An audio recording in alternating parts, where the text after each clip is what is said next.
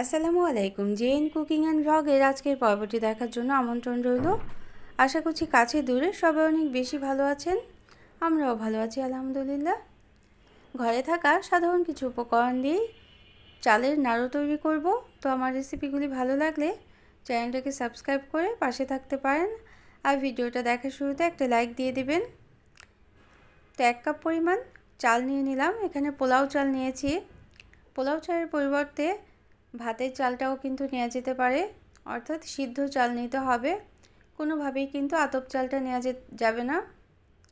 তো চালটা আমি ভালোভাবে পানি পাল্টে প্রথমে ধুয়ে নিয়েছি। ধুয়ে নেওয়ার পর পানিটা ঝরিয়ে নিয়েছি। এখন 10 থেকে 15 মিনিট ভিজিয়ে রেখেছিলাম, তারপর পানিটা ঝরিয়ে নিয়েছি। সামান্য লবণ দিয়ে মেখে রেখেছিলাম।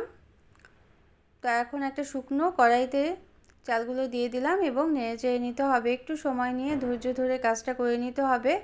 মিডিয়াম আঁচে করে নিতে হবে, লো আঁচে করলে কিন্তু হবে না। একটু মিডিয়াম আঁচে করে নিতে হবে। অনবরত নেড়ে বা একটু সময় দিয়ে ভাজার জন্য একটু সময় দিতে হবে, তারপর আবার নেড়ে নিতে হবে। এভাবে করে নেড়ে চালটা ভেজে নিতে হবে। যখন ধোয়া উঠবে এবং চালের রঙটা একটু লালচে হয়ে যাবে এবং দাঁতের নিচে কামড় দিয়ে বোঝা যাবে যে সুন্দর মচমচে হয়েছে, তখনই বোঝা যাবে যে চালটা খুব ভালোভাবে ভাজা হয়ে গিয়েছে। চালটা ভেজে নেওয়ার পর আমরা ঠান্ডা করার জন্য রেখে দেব। তারপর একটা মিক্সার জারে করে গুঁড়ো করে নেব। তো এটা পাটায় পিষেও কিন্তু গুঁড়ো করা যেতে পারে। তো একেবারে 2-3টা চাপ দিয়ে আমরা গুঁড়োটা করে নিয়েছি। এখন আমরা নাড়ুটা তৈরি করে নেব। এখানে আধা কাপ পরিমাণ তালের গুড় নিয়েছি। তালের গুড়ের পরিবর্তে খেজুর গুড় কিংবা চিনিও নেওয়া যেতে পারে। তো সামান্য পানি দিয়ে প্রথমে নরম করে জাল করে নিলাম। তো কিছু সময় নেড়ে নেওয়ার পর ঘন হয়ে আসবে যখন, তখন আধা কাপ পরিমাণ কুড়োনো নারকেল দিয়ে দিলাম।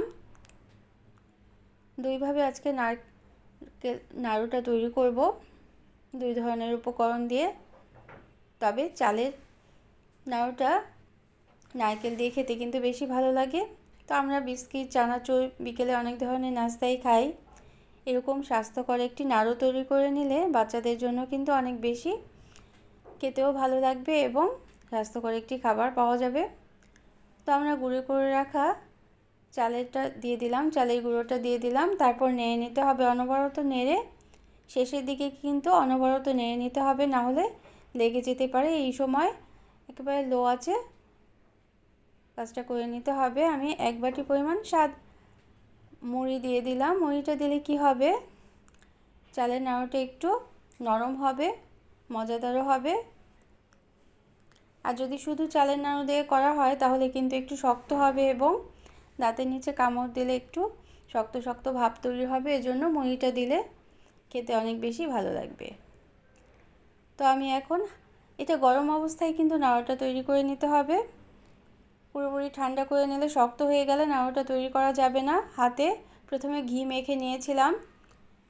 ঘি মেখে নেওয়ার পর এভাবে হাতের মুঠির মধ্যে প্রথমে নিয়ে সেট করে নিতে হবে যতটুকু নাড়ুটা তৈরি করব। তারপর 2 হাত দিয়ে চাপ দিয়ে, এটা কিন্তু দেখেই বুঝে নিতে হবে, চাপ দিয়ে আরও গোল আকার দিয়ে নিতে হবে। তো গোল আকার করে এভাবে করে নাড়ুটা তৈরি করে নিতে হবে। পানি কিন্তু কোনোভাবেই লাগানো যাবে না। পানি লাগলে কিন্তু ঝুরঝুরে হয়ে যাবে এবং ঠান্ডা হয়ে যাবে তাড়াতাড়ি। তো আমাদের সবগুলো চালের নাড়ু তৈরি হয়ে গেল নারকেল দিয়ে যে চালের নাড়ুটা তৈরি করলাম। এখন আমরা বাদাম দিয়েও চালের নাড়ু তৈরি করে নেব। তো আমার রেসিপিগুলি ভালো লাগলে একটা লাইক দিয়ে দেবেন, প্রয়োজনে কমেন্ট করবেন আর শেয়ার করে নিতে পারেন ফ্রেন্ডস অ্যান্ড ফ্যামিলির সাথে। যারা প্রথম চ্যানেলটিকে ভিজিট করছেন তারা চাইলে চ্যানেলটিকে সাবস্ক্রাইব করে বেল বাটনটা প্রেস করে অল অপশনটা সিলেক্ট করে সাথে থাকতে পারেন।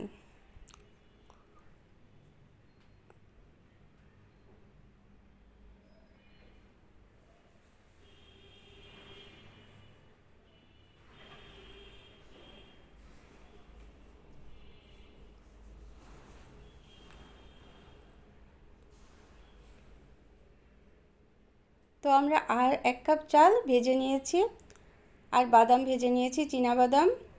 চিনাবাদামটাও চালের গুঁড়োর মতোই শুকনো তাওয়ায় নেড়ে চেড়ে ভেজে নিয়েছি, ভেজে মুচমুচে করে নিয়েছি।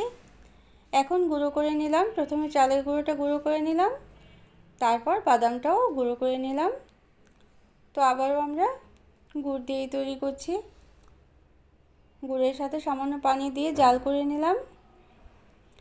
যখন একটু ঘন হয়ে আসবে তখন আমরা বাদামের গুঁড়োটা এবং চালের গুঁড়োটা দিয়ে দেব।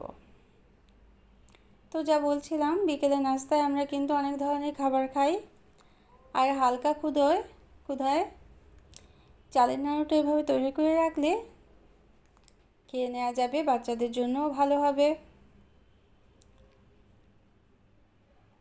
তো নারকেল দিয়ে যেভাবে করেছিলাম, বাদামের নাড়ুটা কিন্তু একইভাবে নেড়েচেড়ে জাল করে নিতে হবে গুড়ের সাথে। তো শেষের দিকে আমি 1 টেবিল চামচ ঘি দিয়েছিলাম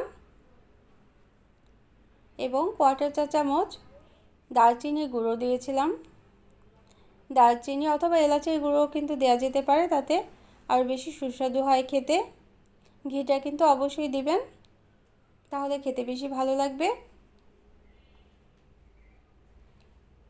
আর শেষের দিকে লেগে যায় যেহেতু কড়াইতে, এজন্য ঘিটা দিলে লেগে যাবে না। শুকনো শুকনো করেই কিন্তু এই নাড়ুর উপকরণটা তৈরি করে নিতে হবে। তো এভাবে করে নেড়েচেড়ে আমরা নামিয়ে নেব এবং হাতে প্রথমবার যেভাবে করে বানিয়েছিলাম সেভাবে করেই বানিয়ে নেব। গরম অবস্থাতেই কিন্তু বানিয়ে নিতে হবে। ঠান্ডা হয়ে গেলে শক্ত হয়ে যাবে, তখন কিন্তু আর বানানো যাবে না। যদি প্রয়োজন হয় 2-3 জন একসাথে বসে নাড়ুগুলো বানিয়ে নিতে পারেন। আমারটা একটু ঠান্ডা হয়ে গিয়েছিল, ঠান্ডা হলে চুলোয় দিয়ে আর একটু নরম করে নেওয়া যেতে পারে। ঠান্ডা হয়ে যাওয়ার পর আমি আর কি করব, ওভেনে দিয়ে 30 সেকেন্ড গরম করে নিয়েছি। তখন দেখা গেল একটু নরম হয়ে গেল এবং আমি আবারও নাড়ুগুলো সুন্দর করে তৈরি করে নিলাম। Thanks for watching. Allah Hafiz.